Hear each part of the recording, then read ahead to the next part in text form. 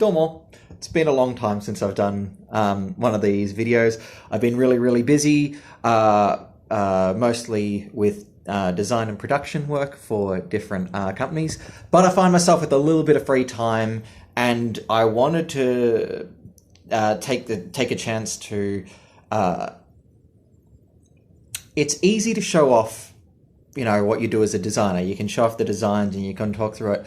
What you do as a producer is a little bit harder to show off. But I saw this challenge and I thought this is a really good opportunity to show what I do. So what I will do is I'm actually going to switch over to here, because it's going to be a little bit easier. What I'm going to do is just turn that camera off. What I'm going to do is essentially show you what the challenge is, do a little bit of a fast forward, show you different parts of it, maybe highlight a couple of sections which I thought were interesting, and then do a little summary and show you what the work looked like at the end. So I'll just show you super quickly what the actual challenge looked like. So the challenge is to create a high-level road map for a one-level polished prototype vertical slice of a mobile game of my preferred genre against these three pillars. It's a 3-month project from kickoff to delivery. It will be developed in Unity. The available resources, people, 1 designer, both game and UI UX, 2 full-step developers, mid-range, 1 universalist 2D, 3D artist, and 1 part-time QA. Really interestingly, the outcome for this is a Gantt chart.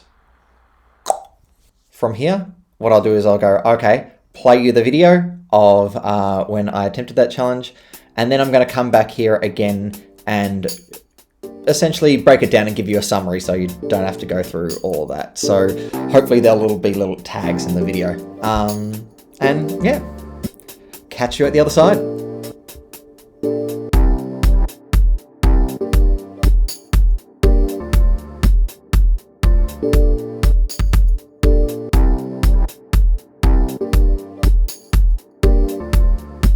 One thing that I kind of would like to explore is fragility and machinery and use of augmentation. So perhaps your base character is not very strong, like actually almost like quite weak. So almost like I'm thinking like Ico, where they're hitting, I like Ico, hitting the enemies, but they don't actually get defeated. Or if so, it's very difficult. You can start to use modifications.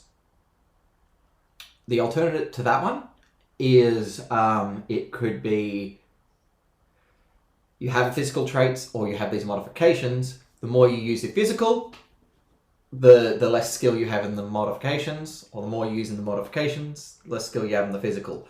I'm thinking between like your buff mechanic who's got a big wrench hitting people, or your gadgets kid from the Goonies who just has all the really cool gadgets and doing all that sort of stuff. So I think there's a couple of things we can play around with that. We do have a game designer, so I'm sure they'll have lots of ideas. But the first things that come to my mind when we're discussing this are mechs, getting in a mech, driving around. If it's a mech, you can also perhaps, you have a swing attack and a charge attack, and that charge attack or the swings could possibly break down doors, get you access to the next area. Or maybe that could then be your physical strength that then does that because you've upped your physical strength to a particular point. We can, way up there. The other ones is, of course, drones, or I was thinking along the lines of like a paper plane, or along the lines of that blue guy from Guardians of the Galaxy who's like whistling and he's got the little arrow, and then it goes, hits all the people. It would be really cool. Something that I'd like to do is have a paper plane or a drone or something whereby your character throws it out like a Pokeball, then suddenly you're controlling that device and you can defend your own character while you're going around using that device. Or alternatively, it'd be really cool if they go to throw the paper plane or the arrow thing, and they do it, it can stop. You can then look around the level, you can hit spots on the map, and then the thing goes around and hits people. And it'll be kind of sick. So, there, that's what I'm thinking, and I we don't want to go into too much detail, but that would be something that I would like to see. I'd like to see a game designer flesh it out to program. I think it's something, there's a bit of a theme or something that we can go behind it. So we can either have like your stats and going up, and when I say that theme, I think I'm talking more along the lines of that sort of spiritual life sense of that. You've got the 4 gas burners. The more you turn on 2 of these, the less the other ones go down. And nobody in life can do everything. So what are you going to put your time into? What are you going to grow up to? Yeah, I like that. So let's. All right, now I just made a couple notes here. Let's just say create a brief description. Create our key features, and essentially identify spikes. What are some of the big things that are going to happen, and what are some of the core things we want to get across in this? So the one-word description would be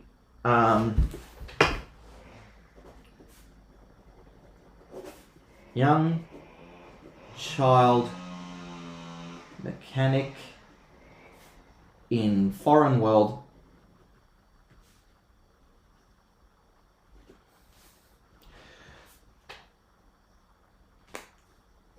has to use alien tech to get home.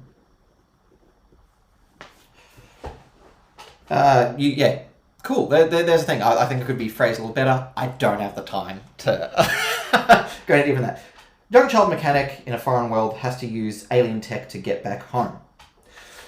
Let's talk about some of the features.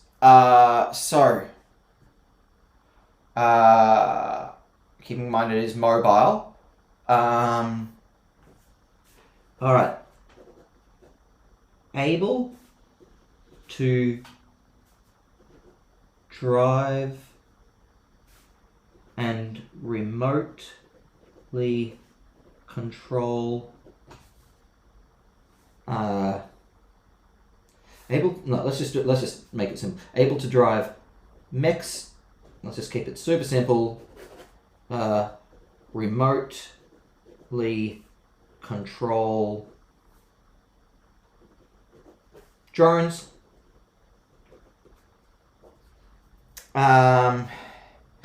Able to drive mechs, remotely control drones. They need a basic swing attack, basic spanner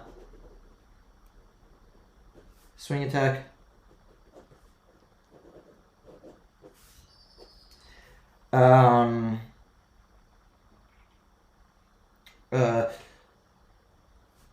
Okay, cool. So we mentioned if you're driving the drone, you should have an attack. You can move around and attack. That also means you need to be able to return what's getting thrown at you, or leave the drone or whatever. So really, what sort of mechanics can we use on the screen? It will be in my head. I should make that nice and explicit. It is 3D. Bird's eye, alright, symmetric.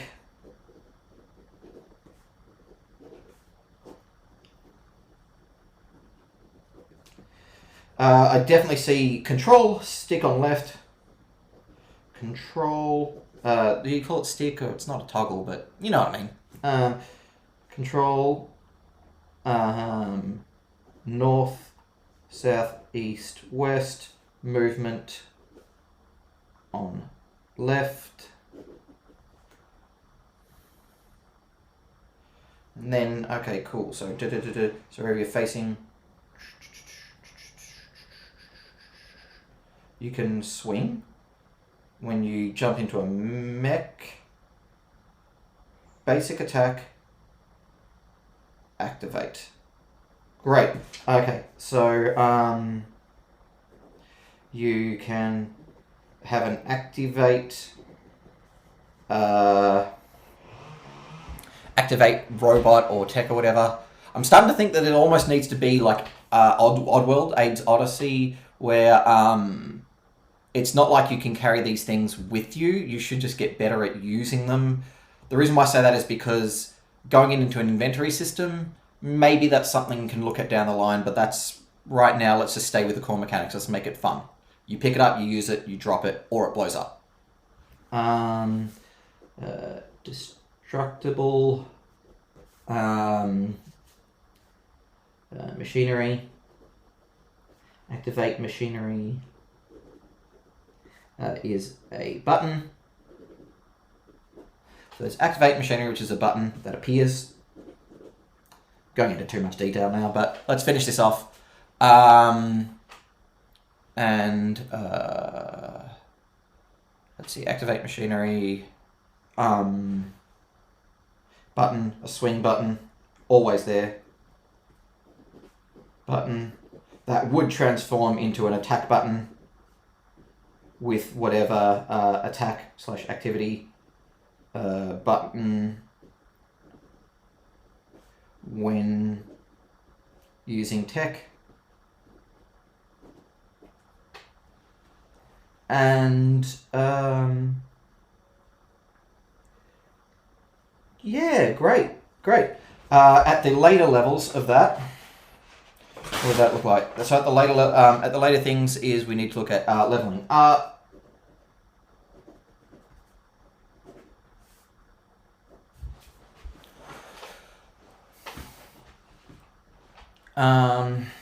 Leveling up on I'm going to say leveling up on damage to enemy, not defeating the enemy. So you can always just go and tap, leave, go and tap. Maybe that creates some problems down the track though. I do like the idea of like you don't have to defeat an enemy to get experience with it. You have to just, if you're driving a mech or something, you're getting a little bit of experience. And if you're swinging, you're getting more experience. And if you are walking, swinging, and defeating enemies, that's the most that you get. Or you're, going through doors or whatever, smashing through doors as the big mech. That would be worthy of more experience. So some baseline level just for simply using it. Or picking it up or getting into it for the first time. Nonetheless, leveling up. Big discussions, and that's a big thing that would need to happen. Great. And that would be our core loop would be activate machinery, defeat enemies, or activate and use machinery in interesting ways, get more experience. What do you then unlock? That's the really cool part. Would be so your characters are like this little young mechanic in this instance. Let's see. How would that work on a mobile to keep it nice and easy? Automatic. I think automatic would be the easiest answer. Is that like I wouldn't want to block off people, so like they pick up a parrot and they can't use it because they've got not got the right level. That's not really going. But when you level up, 1 machine gun becomes 2, 2 machine guns become 4, 4 becomes 6. So leveling up, and that makes you then able to use the tech better, and it does cooler things. Perhaps it can go faster, can last longer. Great. All of those things then help you push forward to get home. Lost in Alien Land, getting home, improving your skill to get up there. The more you activate it, the closer you get. So we've got like, the more you use the tech, the closer you get to that. So we've got our core game loop. So that's leveling up, special attacks, and great. So we've really brought it down to when you're neutral and not using it, you've got moving 1 button, moving 2 buttons. The activate button appears near the thing. Bang, go from there. when you activate it, you've still got the same movement or something similar. In the case of maybe the arrow throwing, when you move it, it'd move the screen around with a little target in the middle, and then you click, hit this spot, or however we do it. Like, it might be fun to tap it. That might require instructions, so less inclined towards that. Let's see. Regardless, you move it, and then you'd have that same attack button, probably a special attack button as well, and a dismount button. So three of those would appear in that instance. Great. Cool. Anyway. Considering that this is not a part of the outcome, but I think it's going to greatly influence the quality of the work, because suddenly I got something that we want to actually work on, which is kind of cool. Got our first pitch. Put more effort into it, make a presentation out of it. We've got our first pitch.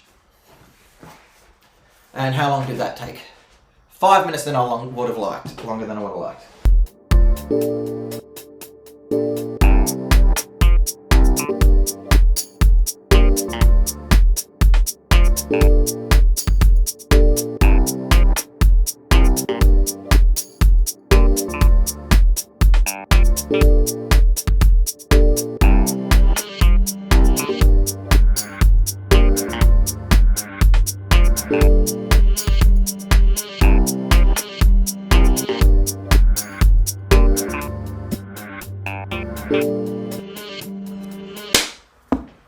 All right, pens down.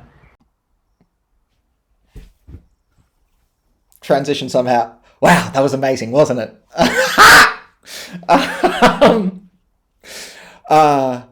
Editing is silly. All right, so let's have a little bit of a summary. I'm actually, if you haven't guessed, it's a couple of days later.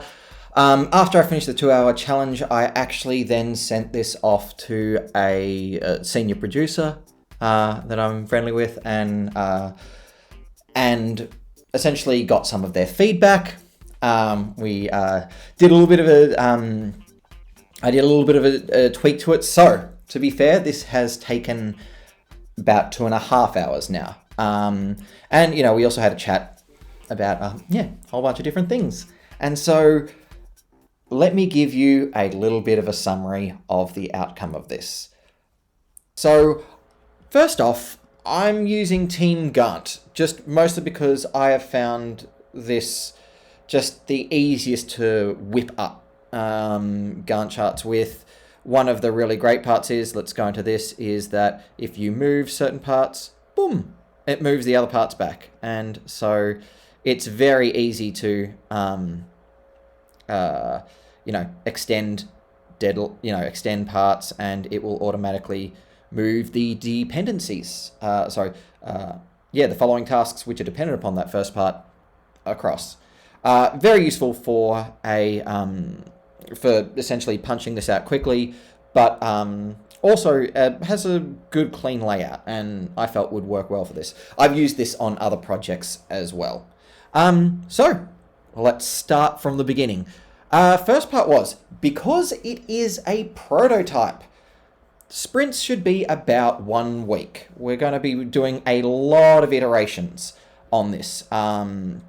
We're going to be finding about what makes the game work. The entire point of this is a vertical slice. Let's find the fun in this. So 1 week sprints to come back is, it's the only thing that makes sense to me. We've got our first point here, 2 days in advance, where we've got our stakeholder approval, whoever those stakeholders should be. And then we begin and we finish here, just shy of 3 months. Now, the general roadmap for it. I had pre-production being about 2 weeks for this project. We needed about a 20% buffer, which is pretty common practice, and about 2 weeks polish would make sense for a project of about 3 months length. And we've got our 3 months of production. Of course, these are flexible, but as our sort of general guidelines. Yeah, this made sense. Worth noting that these polish and buffers could be further incorporated into some of the other areas, but at a very high broad level, this is how it looks. So, let's go into production. I don't think I'll bore everybody with all the details, but after the approval, before we start Sprint 0, is I need to set up the production. What's happening with everybody? So there's a whole bunch of things I need to do. I need to create a spreadsheet of everything. That's all the emails I need, labeling the sprints, preparing the Kanban, doing my initial definitions of doing and done, establishing a QA spreadsheet or a checklist that already happens. All, questioning who is our animator in this instance. I made a note of that. It looks like it's the 2D artist, but I just wanted to double check that. So all these things I need to do to just initially get us set up. So when we have our first meeting on the next Monday, essentially we've got the basis of what we're doing together.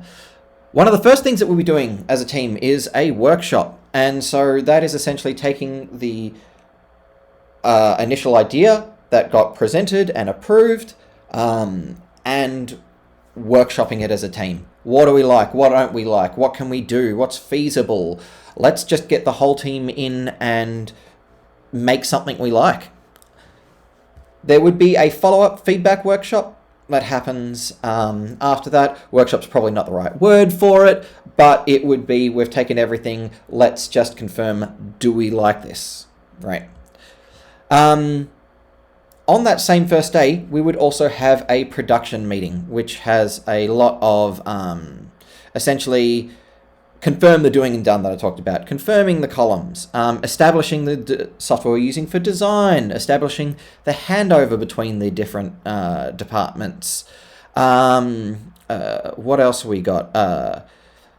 Confirm the sprint length. We still need to do that. Make sure that people are happy with that. Confirm when our code freeze is. Confirm our external build procedures. Are we going to build in Slack?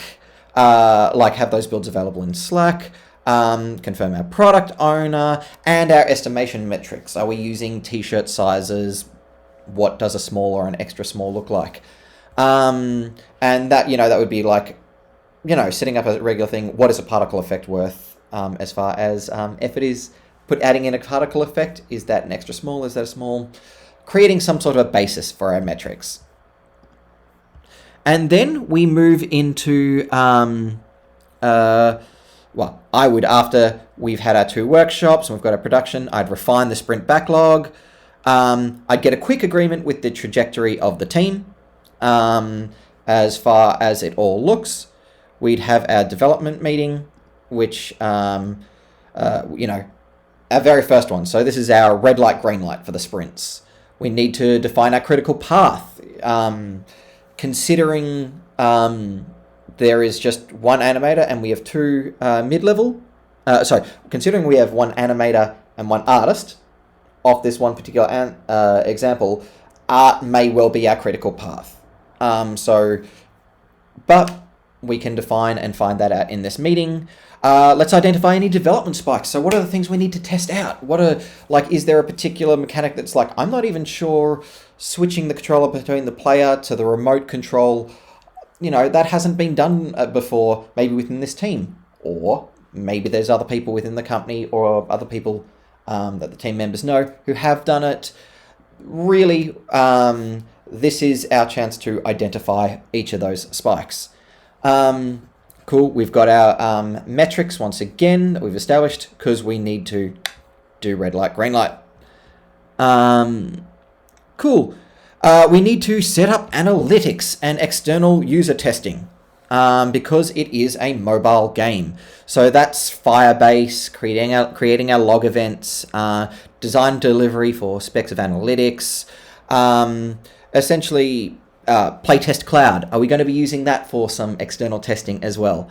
And we need to agree on a workflow for the results that we get from that. Great. Essentially, identify and plan for automated testing. So are we using automated testing? Has it been used?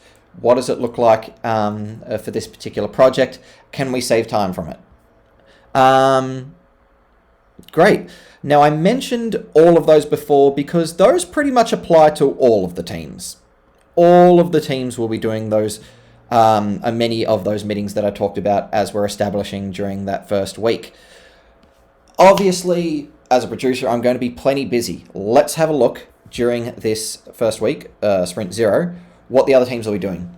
So while we're doing the workshops and we're setting up our procedures, design can be doing research and some of the early designs. We'll be doing those workshops. They can start that the next day after our first workshop. Art. They can be doing research and a mood board. Let's start to get a feel for what this actually looks like. Development can be, initial programming. Is there anything that already exists within the company? What can we... Essentially some research and some initial programming. QA will be working on the QA checklist. They'll be writing automated testing and defining test cases. After we've done our designs for a week, that should be revisited. So the post-design test cases, there'll be additional ones. Since we're going down the list, I made other notes.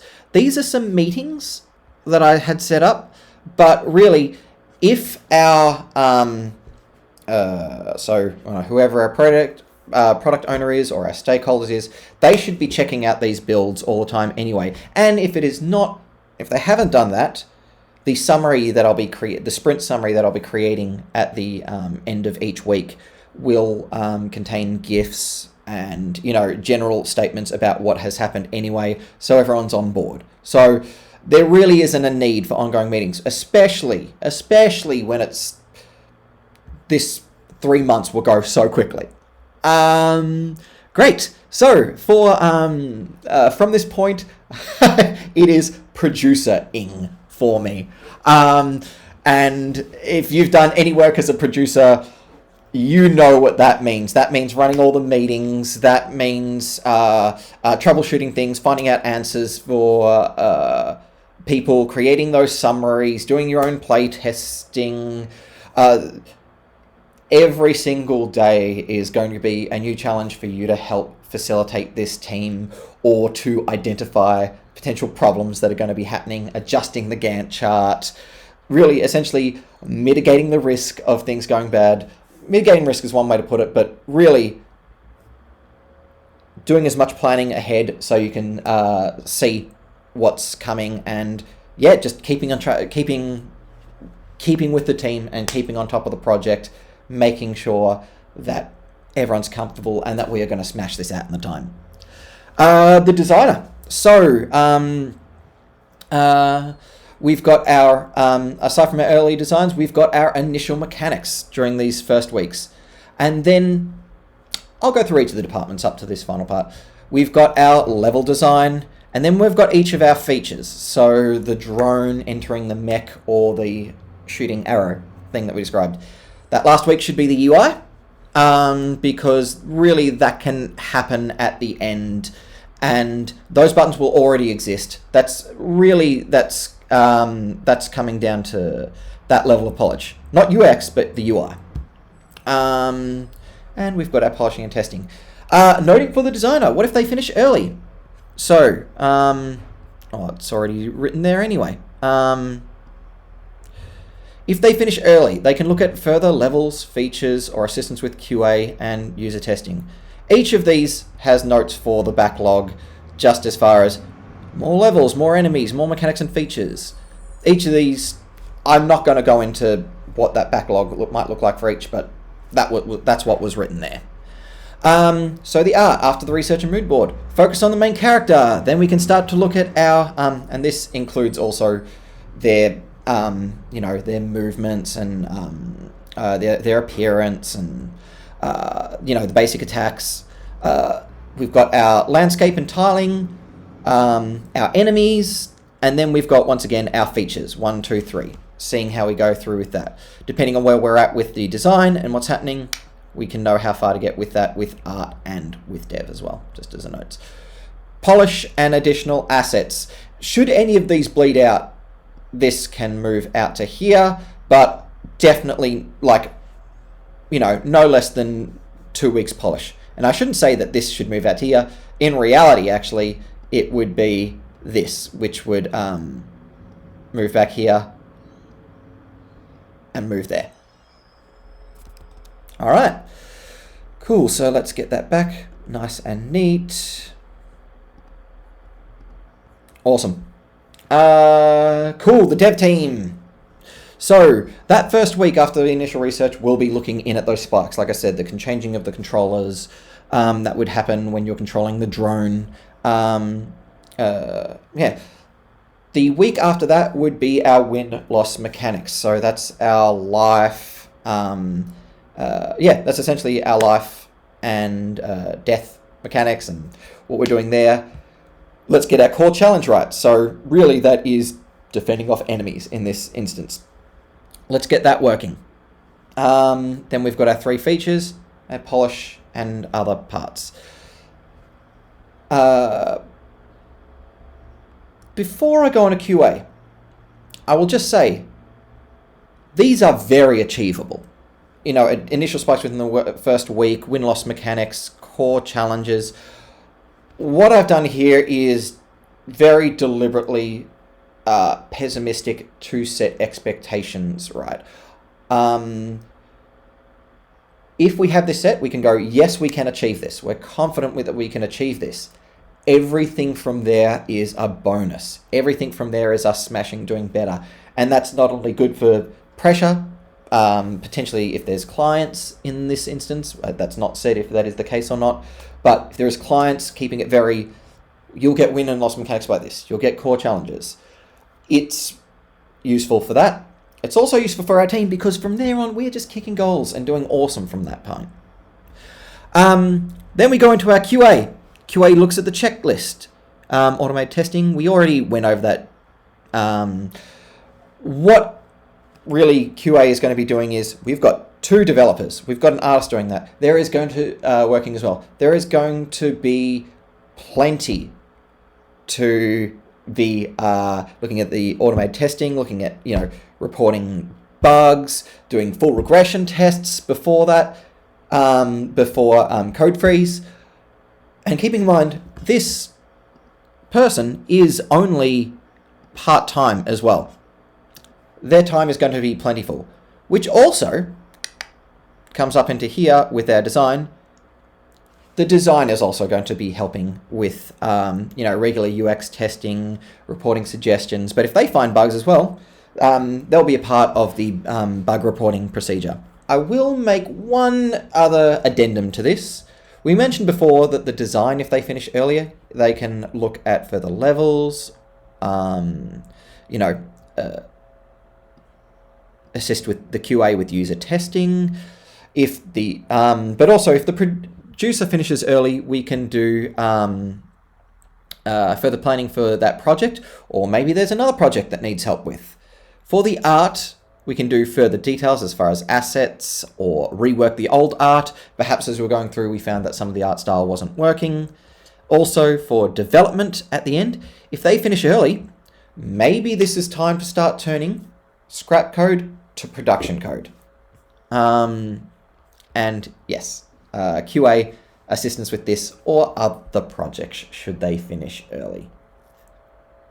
So yes, that was the 2.5 hour challenge that I did online for this project. Overall, I found it really useful. Doing it again, look, I'd like to do it again if my time allows. Looks like it probably won't, but nonetheless, it was great to beef up the skills, great to talk to senior producer to get that little bit of a refining on that. I hope it's interesting for you to see how it works and how it all sort of comes together, to see how, you know, how important it is to be flexible and iterative, especially in the prototype phase. Because what we really want to do is we want to make something fun. If I was to do it again, a part of me is like, maybe I would spend less time on the design, because the main outcome was a Gantt chart. However, by making that design and spending the 15 minutes doing that, it actually turned the project from being something abstract, where I'm simply just applying theory, to something a little bit more concrete and solid, and something that actually got me more excited, because I was suddenly doing a production map for a game that I wanted to see, which would be really cool. So, once the passion and the love for it, that's where this all really comes from. And so one part of me is like, was it needed for that last part? No, I probably could have spent maybe 10 or 5 minutes doing it, but it actually in the end motivated me more. I think gave me a clearer headspace about how to implement this and what the other features might look like. And I think overall just helped my own, drive and motivation in putting something forward here onto paper. I will make this available on my website or through the through YouTube, just in one of the links. It will only be a PDF of it. It won't have the checklist on it, because it's Team Gantt. It's not just everybody check it out. Yeah, I have to allocate members, and there's... Yeah, I'm not going to do that. And so, I hope that was interesting. I hope that was good. I hope everybody's having an absolutely lovely day and continue to do so, or a lovely night. Regardless what it is, take care of yourself and be well. Peace.